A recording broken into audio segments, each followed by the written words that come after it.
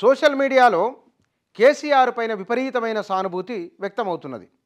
మరి ఈ వ్యక్తమవుతున్న సానుభూతి ఇండివిజువల్గా బీఆర్ఎస్కు ఓట్లు తెస్తుందా అనే ఒక ప్రశ్న వేసుకుంటే కనుక కేసీఆర్ పై వ్యక్తమవుతున్న సానుభూతి అసెంబ్లీ ఎన్నికలకు ముందు కేసీఆర్ ఏం మాట్లాడినా సరే, కేసీఆర్ ఏ ప్రకటన చేసినా సరే ఆయనకు లక్షల్లో వీక్షకులు ఉంటారు.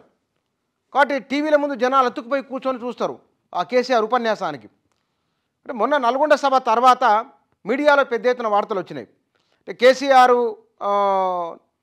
అద్భుతమైన మాటలు టీవీలో, ఫోన్లలో, ఆ యూట్యూబ్ వీడియోలలో, ఆయనకు ట్విట్టర్లో, ఫేస్బుక్లో వీటిలలో భారీ సంఖ్యలో ప్రజలు చూసిండ్రు. కాబట్టి ఇది కేసీఆర్ ఇంకా చాలా బలంగానే ఉన్నారు, ఆయన ఫేమ్ నేమ్ తగ్గలేదు అనే భావన బీఆర్ఎస్ నాయకులు వ్యక్తమవుతున్నది. మరి ఇట్లా చూసిన వాళ్ళు ఓట్లేస్తారా? ఒక భారీ బహిరంగ సభ అనుకుంటే కనుక బహిరంగ సభకు వేలాదిగా జనాలు వస్తారు, లక్షలాది మంది వస్తారు. రోడ్డు మీద మన కార్నర్ షోలు, రోడ్ షోలు జరుపుతున్నప్పుడు కిక్కిరిసిన జనాలు కనబడతారు. వచ్చిన వాళ్ళంతా ఓటేస్తారా? సోషల్ మీడియా చూసిన వాళ్ళంతా ఓటేస్తారా? సానుభూతి అంతా ఓటుగా మారుతుందా? ఇవి ప్రశ్నలు.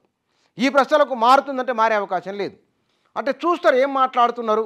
ఎన్నికల్లో ఓడిపోయిన తర్వాత తొలిసారి జరిగిన మీటింగ్ కాబట్టి బహుశా అట్లా చూసి ఉండవచ్చు. రెండోది కేసీఆర్ పట్ల సానుభూతి ఉన్న వాళ్ళు ఉండవచ్చు.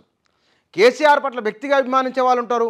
ఓటు విషయం వచ్చేవరకల్లా బీజేపీ, కాంగ్రెస్ వేసుకునే వాళ్ళు కూడా ఉన్నారు. అది కేసీఆర్కు ఉన్న ప్రత్యేకత. పార్టీలకు అతీతంగా కేసీఆర్ వ్యూహాలను, ఎత్తుగడలను, ఆయన మాటలను ఇష్టపడే వాళ్ళు ఉంటారు. కానీ వాళ్ళంతా ఓట్లు వేస్తారని గ్యారంటీ లేదు.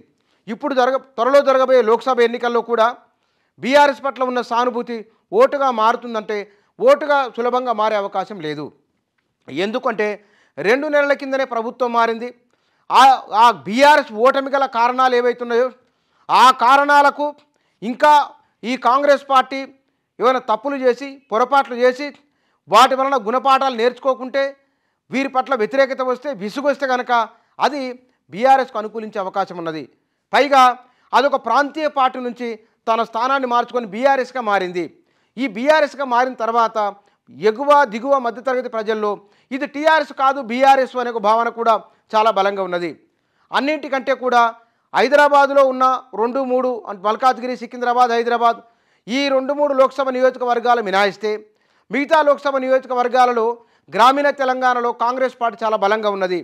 కాంగ్రెస్ పార్టీ బలంగా కనబడుతున్నది కాబట్టి ఆ రూరల్ తెలంగాణ ఓట్లే కాంగ్రెస్కి వచ్చినాయి. కాబట్టి లోక్సభ ఎన్నికల్లో కూడా కాంగ్రెస్ వైపు మొగ్గు చూపే అవకాశం లేకపోలేదు. ఎందుకు అనంటే ఇండియా టుడే సీ ఓటర్ మధ్య నిర్వహించిన సర్వేలో ప్రజల అభిప్రాయం కూడా కాంగ్రెస్ వైపు ఉన్నట్లే వచ్చింది. తాజాగా జరుగుతున్న సర్వేలో జాతీయ స్థాయిలో ప్రధానమంత్రి, రాష్ట్ర స్థాయిలో ప్రాంతీయ పార్టీ లేదా అధికారంలో ఉన్న పార్టీలకు కొంత మొగ్గు చూపుతున్నట్లు కనబడుతూ ఉన్నది. కాబట్టి బీఆర్ఎస్ పట్ల, కేసీఆర్ పట్ల ఉన్న సానుభూతి ఓట్లుగా మారుతుందంటే కనుక కాంగ్రెస్ ఇంకొక 6 నెలల్లో ఏడాది అయితే కనుక వీరి పట్ల వ్యతిరేకత వస్తే కనుక ఆ వ్యతిరేకత సానుకూలంగా బీఆర్ఎస్కు మారే అవకాశం ఉన్నది. ఎప్పుడు వారు కూడా సైంటిఫిక్గా అప్రోచ్ అయ్యవన్నీ ఒక మూమెంట్ తీసుకున్నప్పుడు, ప్రజల్లోకి విస్తృతంగా వెళ్ళినప్పుడు, తమ లోపాలను సరిదిద్దుకున్నారు వీళ్ళు అని ప్రజలు భావించినప్పుడు తప్పకుండా బీఆర్ఎస్కు ఓట్లు, మద్దతు అన్నీ పెరిగే అవకాశం ఉన్నది. ఇప్పటికిప్పుడైతే కనుక సోషల్ మీడియాలో వ్యక్తమవుతున్న సానుభూతి ఓటుగా మారేందుకు అవకాశాలు కొంతమేరకు మాత్రమే ఉన్నాయి తప్ప మొత్తానికి మొత్తంగా లేవు.